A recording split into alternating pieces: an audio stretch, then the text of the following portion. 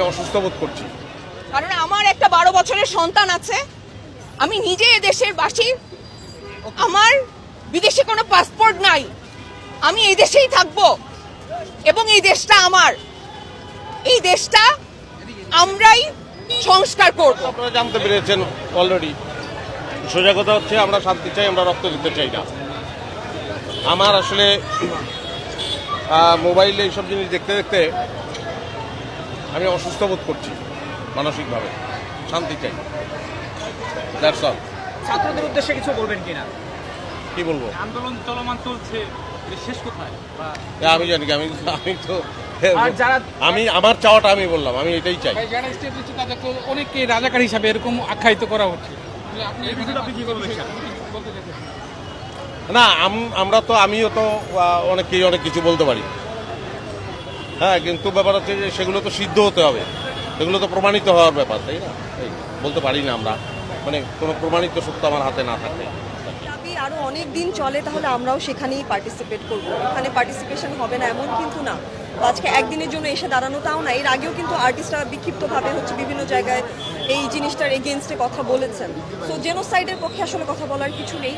আর স্টুডেন্টরা আমাদের ফিউচারকে যখন আমরা এভাবে রাস্তায় গুলিবিদ্ধ অবস্থায় দেখব আমাদের প্রশাসন দ্বারা, এটা কখনোই কাম্য না।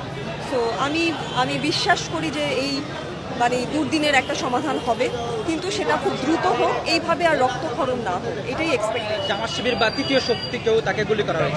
আমরা গণমাধ্যমে দেখলাম যে তাকে সরাসরি পুলিশ গুলি করেছে, এই বিষয়টা কি বলবেন? এ বিষয়ে আপনার কি মনে হয়? আমি আপনার মতামত জানতে চাই। আপনি তো জনগণ, আপনি জনগণ, আপনার কি মনে হয়? দেখেছি যে পুলিশ গুলি করেছে। তার মানে আমিও সেটাই দেখেছি, সেম জিনিস আমিও দেখেছি। এখন আমি আসলে সঠিক সমাধানটার অপেক্ষায় আছি। সো আমি এটা নিয়ে কোনো কমেন্ট এই জন্যই করতে চাই না, কারণ হচ্ছে যেটা চোখে দেখেছি সেটাকে অবিশ্বাস্য যদি মনে হয়, তাহলে আমাকে আসলে আরও পরিষ্কার হতে হবে কি আসলে ঘটেছিল। যা দেখানো হচ্ছে সেটা সত্য না, যারা বলা হচ্ছে সেটা সত্য। তো খাস করে আমি এখানে কোনো মতামত করতে চাই না, কিন্তু আপনি যেটা দেখেছেন আমিও সেটাই দেখেছি।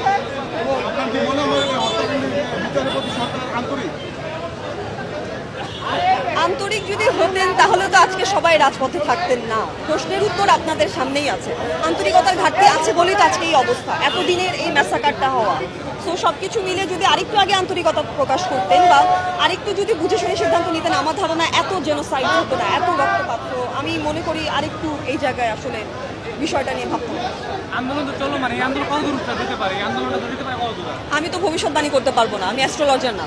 আমার মনে হয় সমাধান না আসা পর্যন্ত সবাই আসলে যারা আসলে বোঝে কেন, কারণটা কি কি কারণে আজকে এই অবস্থায়, যাদের বোধ আছে তারা আসলে সমাধান না হওয়া পর্যন্ত রাজপথে থাকবে বলে আমার ধারণা। এখন কবে শেষ হবে, কিভাবে শেষ হবে, এইটা অ্যাকচুয়ালি ফিউচার আর সময় বলে দেবে। এই দায়ভার কে নিতে পারবে? আপনি কি মনে করেন একজন দায়ভার? এই দায়ভার প্রশ্ন সঠিকভাবে করেন, বুঝি নাই। যাদেরকে মারা হয়েছে এদের দায়ভার কে নিতে পারবে?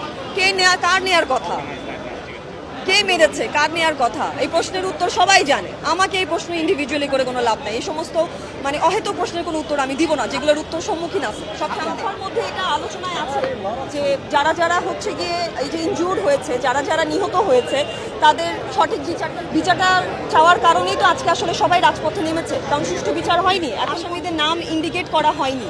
সো যেহেতু আমরা এখন পর্যন্ত কোনো সঠিক সমাধান পাইনি, যার কারণেই রাজপথে দাঁড়ানো। তো এইটা এখন সমাধান না আসা পর্যন্ত রাজপথেই থাকে। একটা সিম্পল কমন সেন্সের জায়গা থেকে, আর কিছুই না। এটা নিয়ে আর বেশি কিছু বলতে চাই। সবাইকে অনেক অনেক ধন্যবাদ। এখানে আমাদেরকে যারা এতক্ষণ, যারা আমাদের দৃশ্য মাধ্যম, শিল্প সমাজ, আমরা যারা এখানে এক সাথে হয়েছি, তাদের সবাই